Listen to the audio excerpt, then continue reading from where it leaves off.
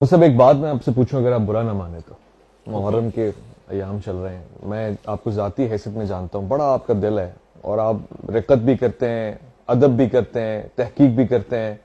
آپ سے پوچھ سکتا ہوں کیونکہ آپ بڑے دل والے ہیں، یہ اللہ کے رسول نے اپنے آخری خطبے میں جو فرمایا ہے وہ ہم کنفیوژن میں کیوں رہتے ہیں؟ اہل بیت چھوڑ رہا ہوں اور قرآن چھوڑ رہا ہوں، یہی سنتے آئے ہیں، روایات میں یہی نظر آیا. یہ قرآن اور سنت اتنا معروف ہو گیا اور پھر ہم نے اہل بیت کو چھوڑ ہی دیا ہے.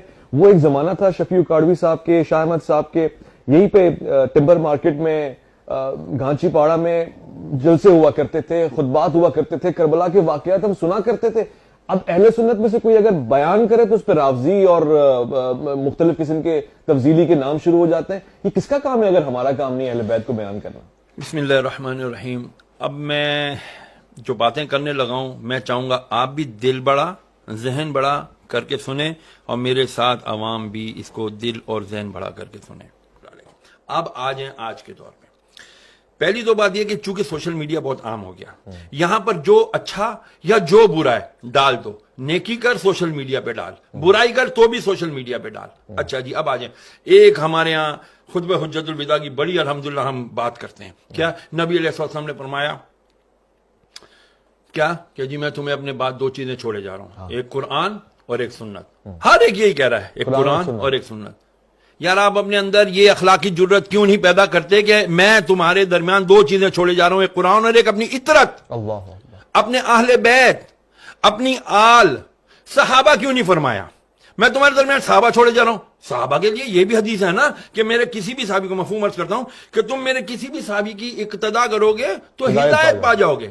لیکن خطبہ حجت الوداع جو دنیا کا سب سے بڑا اجتماع تھا، 1.25 صحابہ موجود تھے جو پوری دنیا میں گئے، انہوں نے پہنچانا تھا پیغام نبی کا، کیونکہ اس دن دین مکمل ہو گیا تھا. جب یہ آیتیں سنی تو حضرت ابو بکر صدیق رو رہے تھے. عمر فاروق جا کے کہتے ہیں او مبارک ابو بکر تم رو رہے ہو، آج تو دین مکمل ہو گیا. فرمایا تم سمجھے نہیں، دین مکمل ہو گیا مطلب اب اللہ کے نبی ہم سے جانے والے ہیں. کتنی فراست تھی ان کی. لیکن نہیں، یہ نہیں فرمایا کہ میں تمہارے اندر اپنے بات قرآن کے ساتھ ابو بکر چھوڑ رہا ہوں، عمر چھوڑ رہا ہوں، عثمان چھوڑ رہا ہوں، علی چھوڑ. فرمایا میں اہل بیت چھوڑ رہا ہوں. کیوں؟ اس کی سب سے بڑی وجہ، صحابہ بھی وفات پا گئے، کئی صحابہ نے شادیاں نہیں کی، کئی اصحاب کے اولاد ہی نہیں ہیں. لیکن اللہ نے قرآن میں وعدہ کیا ان شانیہ کا ہوا الابتر، اے محبوب تیرا دشمن ہی بے نام رہے گا لیکن تیری آل چلے گی، تیری آل چلے گی. قیامت تک سید ہوگا، آئے گا ایک آخری سید جس کا نام مہدی ہوگا، محمد ہوگا. وہی آ کر کے پھر دجال کو بھی مارے گا. وہی آ کے جب حضرت عیسیٰ علیہ السلام کو بھی کلمہ پڑھا کر کے وہ کہیں گے کہ اب میں لا الہ الا اللہ محمد رسول اللہ کا کلمہ پڑھتا ہوں. اب بات آ جاتی ہے یہاں پر کہ ہم کیوں نہیں سناتے کربلا کا. چھوڑ دیا کربلا کو، شیعوں کا کام ہے یہ تو ہمارا کام نہیں ہے. یہ کس نے کہہ دیا کہ یہ خالی کربلا، اہل بیت، نبی کی آل صرف شیعوں کا ٹھیکہ ہے؟ سوری ٹو سے اگر میرے الفاظ سخت ہیں تو یار نبی علیہ السلام نے فرمایا قرآن کی نص ثابت ہے. نص اس کو کہتے ہیں جس پہ قرآن سے دلیل آئی ہو. تو قرآن کی آیت مباہلہ نہیں ہے، آیت تطہیر نہیں ہے. میں تم سے کچھ نہیں مانگتا، نبی فرما رہے اللہ کی، میں کوئی کچھ نہیں سوال کرتا تم سے، الا المودۃ القربا، میرے اقربا کی، میرے اہل بیت کی، ان کی مودت رکھو. اور مودت محبت سے بہت عالی مقام ہے.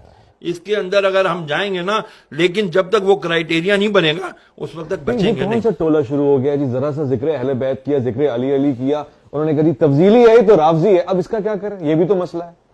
میں نے آپ سے عرض کیا نا، ہمیں دوبارہ ریویو کرنا پڑے گا.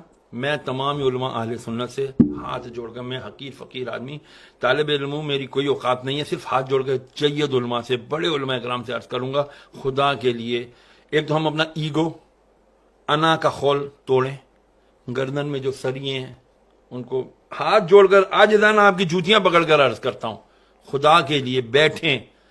ہماری آج آنے والی نوجوان نسل کو نہیں پتا کہ بھائی مولا علی کون ہے، مولا حسین کون ہے، حضرت امام حسن کون ہے، نہیں پتا. رسول کی اہل بیت کون ہیں ان کو نہیں پتا. اگر ان کو پتا کرنا ہوتا ہے تو وہ اٹھاتے ہیں اور کس کے بیانات سنتے ہیں؟ وہ اہل تشیع علماء کرام کے بیانات سنتے ہیں. بہت بڑے بڑے نام ہیں، میں شہنشاہ نقوی صاحب کو بہت اچھے سے جانتا ہوں, میں مسعودی صاحب کو بہت اچھے سے جانتا ہوں, میں باقر صاحب کو جانتا ہوں, بہت بڑے بڑے علماء ان کے ہیں. لیکن کیا عوام علماء اہل سنت اپنی اس جو بھی کمی ہے اس کو ختم نہیں کر سکتے؟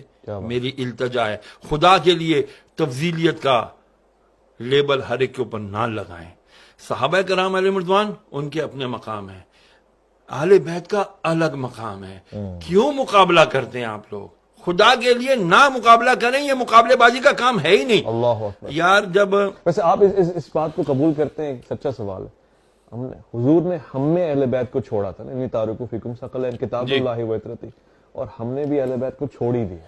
دیکھیں کرائٹیریا دے دیا, ایک اصول دے دیا, قرآن کو پکڑے رہو گے ہدایت پر رہو گے, قرآن کے ساتھ دوسری چیز کیا چھوڑی؟ اہل بیت پکڑو گے تو ہدایت پر رہو گے. خالی اہل بیت پکڑا, قرآن چھوڑ دیا گمراہ, قرآن پکڑا اہل بیت چھوڑ دیا گمراہ, دونوں. کیونکہ اہل بیت کون ہے یار؟ کربلا اگر نہ برپا ہوتا, میں بہت بڑی بات عرض کرنے لگا ہوں, اگر کربلا کا واقعہ نہ ہوتا تو خدا کی قسم حق اور باطل کا پتہ ہی نہیں چلنا تھا. اللہ اکبر. پھر تو وہی ہوتا جس کی لاٹھی اس کی بھینس. یزید آ جاتے ہر دور کے اور کہتے جی ہم اتھارٹی ہے, ہمارے پاس طاقت ہے, ہماری بات مانو, ہم جو کریں وہی حدیث ہے, ہم جو کریں وہی شریعت ہے.